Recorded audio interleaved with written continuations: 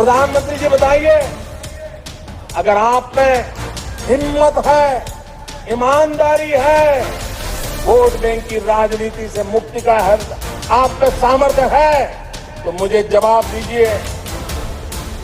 ये जो आतंकवादी है, ये नक्सलवादी हैं, उनके पास शस्त्र और बारूद कहां से आता है? वो तो विदेश की धरती से आता है और सीमाएं संपूर्ण रूप से आपके कब्जे में है। सीमा सुरक्षा बल आपके कब्जे में है।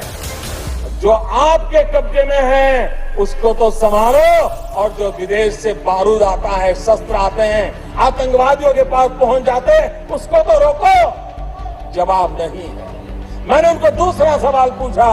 हमने कहा आतंकवादियों के पास धन आता है, हवाले से आता है, पूरा मनी ट्रांजैक्शन का कारोबार भारत सरकार के कब्जे में है, आरबीआई के अंडर में है, बैंकों के माध्यम से होता है। क्या प्रधानमंत्री आप इतनी निगरानी नहीं रख सकते? ये जो धन विदेश से आकर के आतंकवादियों के पास जाता है, आपके हाथ में है, राज्य उसमें कहीं बीच में नहीं आते, आप उसको क्यों नहीं रोकते हैं? क्यों नहीं पकड़ पाते हो? आप उसके लिए क्या करना चाहते हो? मैंने तीसरा सवाल उनको पूछा कि विदेशों से घुसपैठ ही आते हैं, घुसपैठ ही आतंकवादियों के रूप में आते हैं, आतंकवादी घटनाएं करते हैं, भाग जाते हैं। प्रधानमंत्री जी आप मुझे बताइए, सीमाएं आपके हाथ में है, कोस्टल सिक्योरिटी आपके हाथ में है, बीएसएफ सेना सब आपके हाथ में है, नेवी आपके हाथ में है, ये विदेश से घुसपैठ के कैसे घुस जाते हैं? आतंकवादी विदेशों से यहां कैसे घुस जाते हैं? आप जवाब दीजिए। व्यवस्था आपके पास है, उनके पास जवाब नहीं था। मैंने चौथा सवाल पूछा, मैंने उनसे पूछा प्रधानमंत्री जी बताइए, सारा कम्युनिकेशन भारत सरकार के अंडर में है।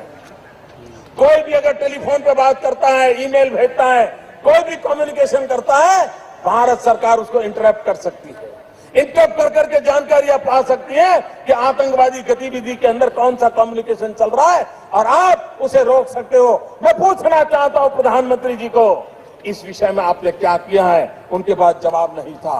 मैंने पांचवा सवाल उनको पूछा, हमने पूछा प्रधानमंत्री जी बताइए कि आप विदेशों में जो आतंकवादी भाग चुके हैं, जो लोग विदेश में बैठ करके हिंदुस्तान में आतंकवाद की घटनाएं कर रहे हैं, उनको प्रत्यारोपण के द्वारा हिंदुस्तान लाने का हमें अधिकार होता है।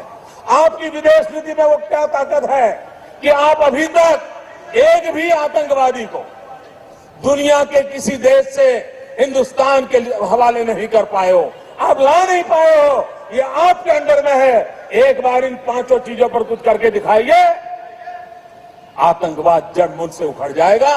राज्यों के अधिकार हथिया करके राजनीति के करने के खेल छोड़ दीजिए। भाइयों बहनों, दिल्ली की सल्तनत के पास मेरे इन सवालों के जवाब नहीं है।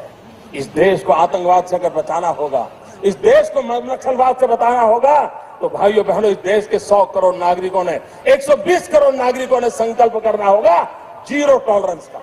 लेकिन भाइयों बहनों, दिल्ली की सरकार में वो सीना नहीं है, 46 इंच का सीना लगता है दोस्तों, तब जाए।